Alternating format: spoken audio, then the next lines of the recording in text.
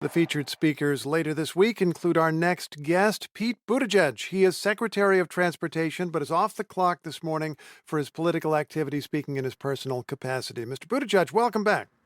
Thank you. Thank you for having me on. So it's easy for me as a layman to see this convention as a symbolic handoff. More explicitly, really, than some conventions, you have Biden and older figures in the party passing it on to a different generation. Do you see it that way? Well, there's certainly that sense of passing the torch after President Biden's really extraordinary, I would say, world historically rare act of opening the door to a new generation just because it was the right thing to do. But I think you also heard, regardless of which generation they belong to, all these figures from the Democratic Party talking about the future, whether it's President Biden talking about what he still wants to accomplish and why it's important for Vice President Harris to carry that on forward, or any of the speakers we saw last night, from previous nominees to new and emerging Democrats, who make us, I think, very excited and very optimistic about the future of this party. I want to ask about a contrast there. You do have former presidents at the Democratic Convention, both Clintons, Obama, Biden himself. You have former presidential candidates. Whereas at the Republican convention, if I'm not mistaken, there were no former presidents or candidates. George W. Bush, for example, didn't show up. Mike Pence didn't show up. I think if you asked former President Trump about that difference, he might say, that's great. I want it that way. I'm against all those corrupt people who don't like me. But how would you describe the difference? Well, the reason that would be an unconvincing answer from Donald Trump is that it's not just people who came before him in the Republican Party who wanted nothing to do with him. It's a lot of his own people. As you mentioned, Mike Pence, his own vice president, I don't think they're on speaking terms. Many members of his own cabinet have denounced him, or at the very least are avoiding campaigning with him or endorsing him. Some of the harshest criticisms of him, including that information about how he treated and discussed our troops, came from somebody who was his own chief of staff.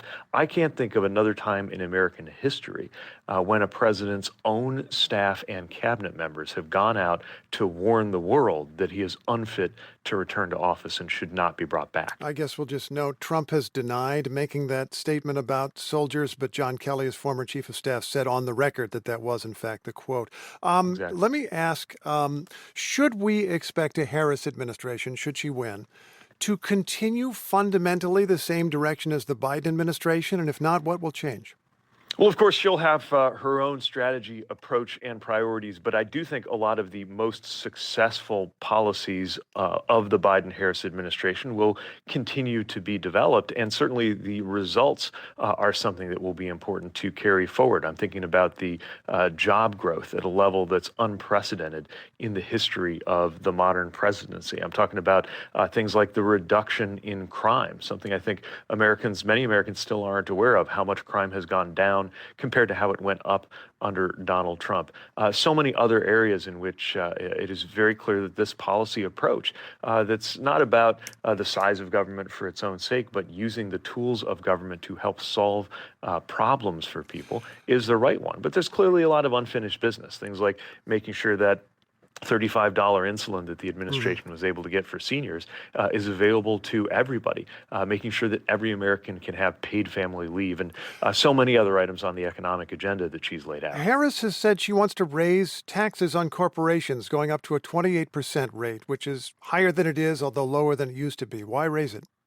Well, yes, it's still lower taxes than we had in earlier periods, but you've got to have enough to fund the important things that are helping propel our economy forward. And I think most Americans get that the wealthy and corporations are not paying their fair share because of that tax rate and the way most of our wealthiest people book their income. In effect, they are paying a much lower tax rate than most teachers or firefighters. This would help true that up, and they would still be very, very wealthy. Here's something that I think Harris has not directly addressed. She has changed some of her positions since she ran for president in 2020 or leading up to 2020.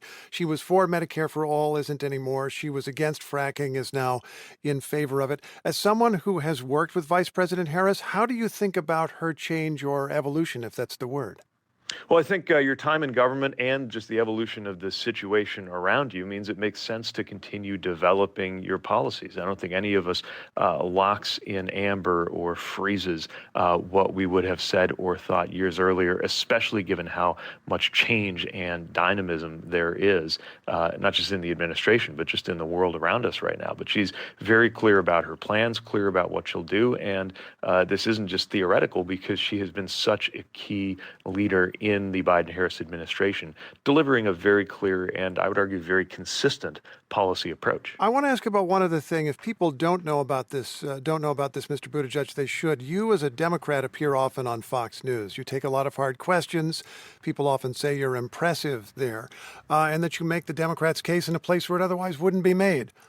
Should Vice President Harris do as you have done and expose herself to hard questions somewhere, which she largely has not since becoming the candidate? Well, I think she's planning to engage media more and more in the weeks ahead. In the early weeks of this campaign, she's been very focused on bringing the party together, preparing for this convention. Every candidate develops their own style and the different ways of reaching out to voters. That can be through media. That can also be through good old-fashioned retail politics. It can be through digital means increasingly. And I think you're going to see all of the above. You must find some value, though, in standing up for tough questions. I think so, especially because there are a lot of viewers out there tuning into conservative media like Fox News who may literally have never heard about things like the manufacturing job growth going on right now in the American industrial Midwest where I grew up, or the fact that energy production was lower under Donald Trump and is higher right now, or the fact that crime went up under Trump and down under Biden-Harris. I do think it's important to get that message out and take it to anyone who will listen, and I think that's what you'll see this campaign doing for the next 77 days. Pete Buttigieg is Secretary of Transportation, speaking today in his personal capacity. Thanks very much for the time. Enjoyed it. Thank you. Likewise.